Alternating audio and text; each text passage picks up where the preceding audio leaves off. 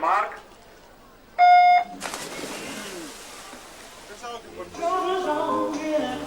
E allora siamo in acqua con la prima serie maschile, ragazzi, dei 100 d'orso. I due atleti più giovani in vasca sono in corsia 7 Filippo Biasini, in 8 Dylan Bonaguro, entrambi medagliati allo stadio del nuoto di Riccione ai campionati italiani giovanili.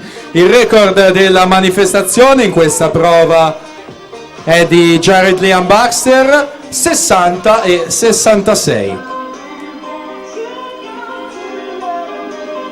Situazione a metà gara: Sebastiano Bianchi 30 e 80, Calvin Coetze 30 e 95, poi Marco Deano 31 e 05, stesso passaggio di Davide Bizzotto, entrambi in terza posizione, ma siamo già alle ultime bracciate, agli ultimi 15 metri, atleti ancora sulla stessa linea a contendersi la vittoria di questa prima serie. In corsia numero 4 risale Davide Bizzotto, dovrebbe essere lui ad aggiudicarsi questa serie in 1:02:59.